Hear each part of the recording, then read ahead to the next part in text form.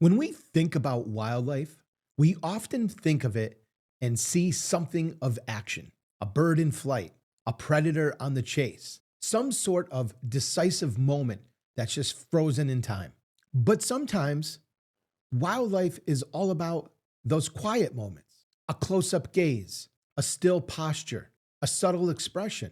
And sometimes it can be these quiet moments that tell the most powerful stories. In today's video, I want to talk about wildlife portraits, and I want to talk about how we can see them in a completely different light than we often view them. And I want to share some tips and tricks that we can use when we're out taking these types of photos and things that we can do to make them more emotionally engaging. Trapped inside the mind of a dreamer, losing sight of all the visions in my head. By the way, I'm Jeff from Magnolia Photography SC, professional wildlife photographer in Charleston, South Carolina. If you're returning to the channel, I want to welcome you back. And of course, if you're new to the channel, I want to welcome you in. Hey, who doesn't love a wildlife shot that's full of action? The emotion and the adrenaline that comes from these types of shots, man, they can be powerful. They can make you feel the scene, the tension before impact, the gracefulness of a leap, the drama of a chase.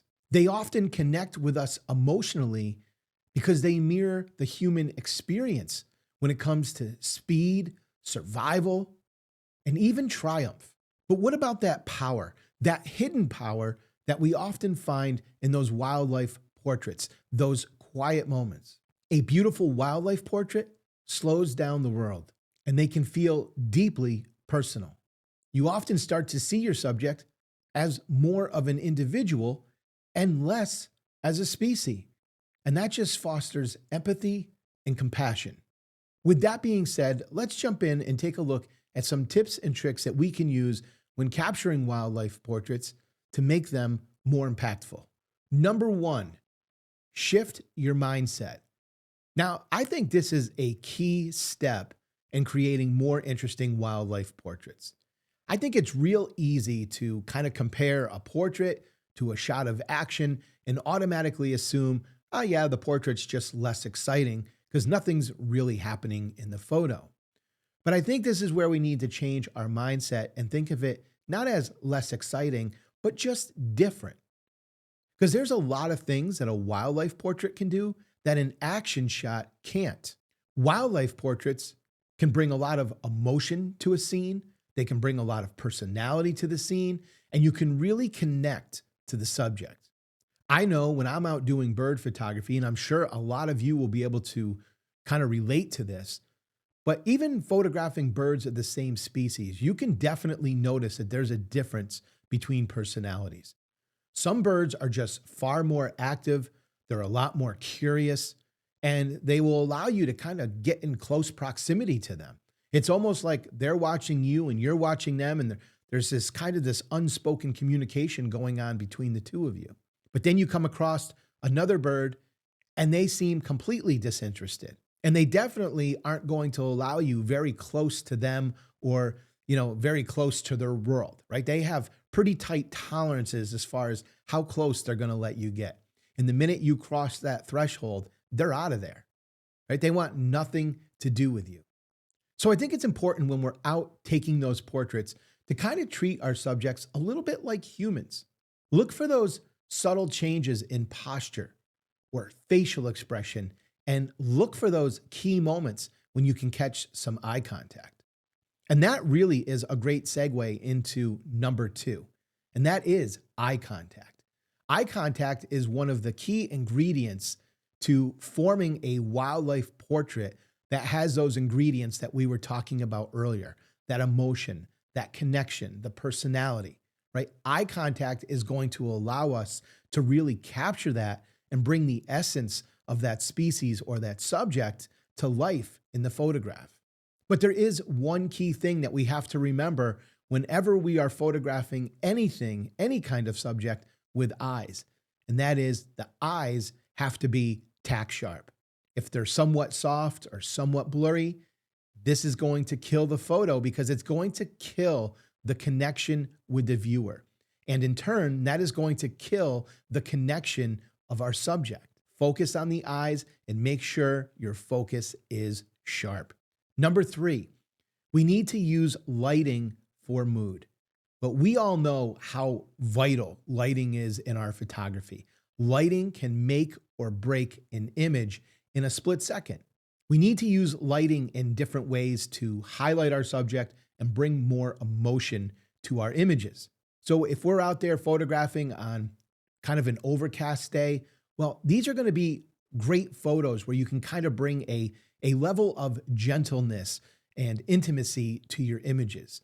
But if you go out in the early morning or the early evening, when you have those low sun angles, well, this is really going to provide you with a great opportunity, right? Really want to position yourself where that side lighting is hitting your subject in just the right way. And that can create a lot of dramatic textures showing off their fur or their feathers. And of course, there's always backlighting, another great lighting scenario that can bring a lot of dynamics and dramatics to your images, right? That rim light that is created from backlighting. It'll give that glow, an appearance of a glow to your subject's fur and feathers. So when you're out there photographing, look for these opportunities to add these dramatics to your images. Number 4, fill the frame. This is part of our compositional elements.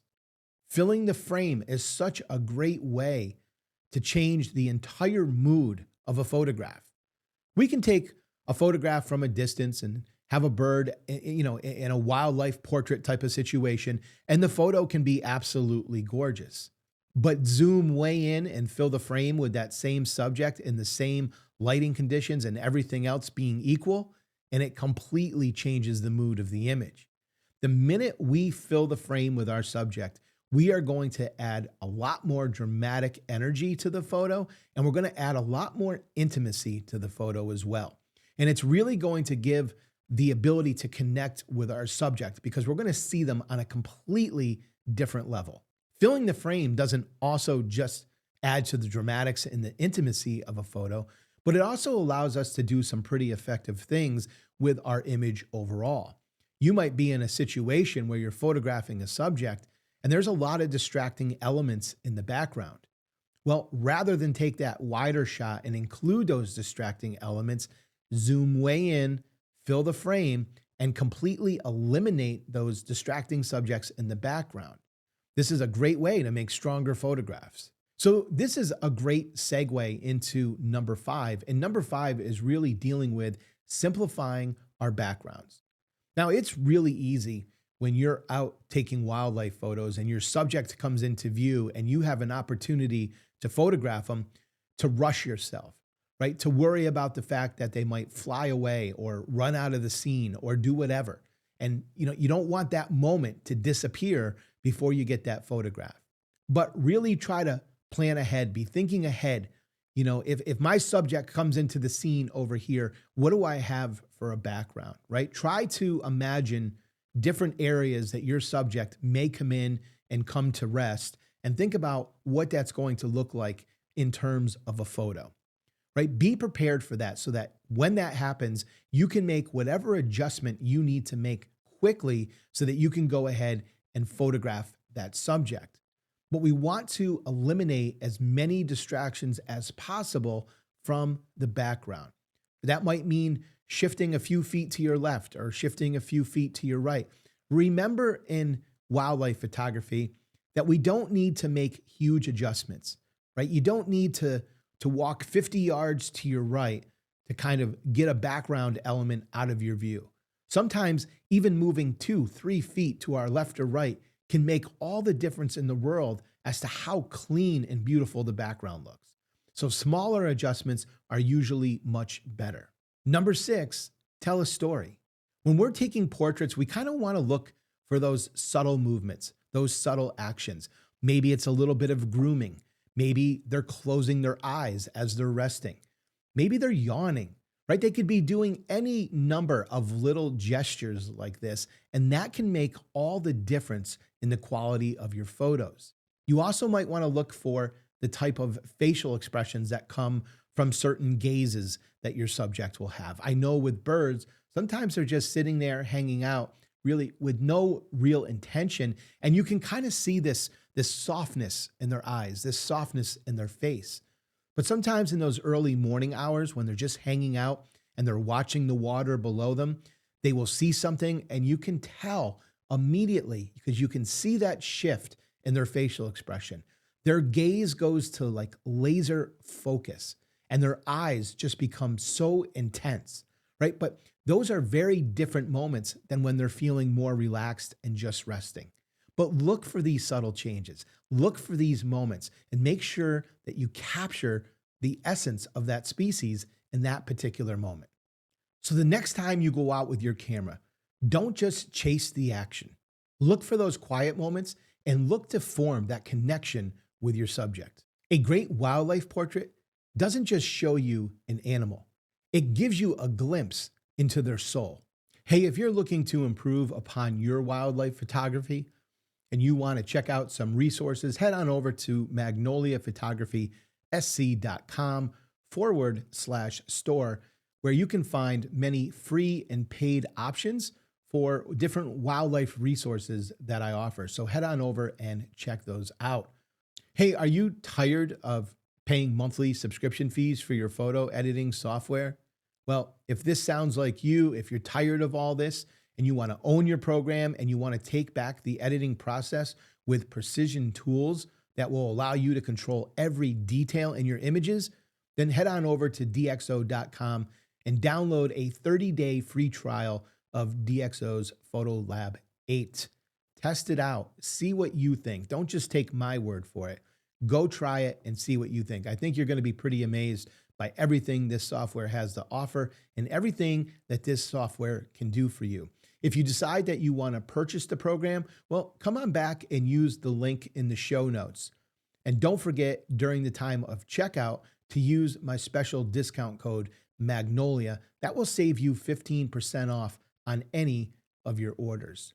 Hey, I want to thank you so much for joining me today. Appreciate your time. And before you leave, you might want to consider watching this next video.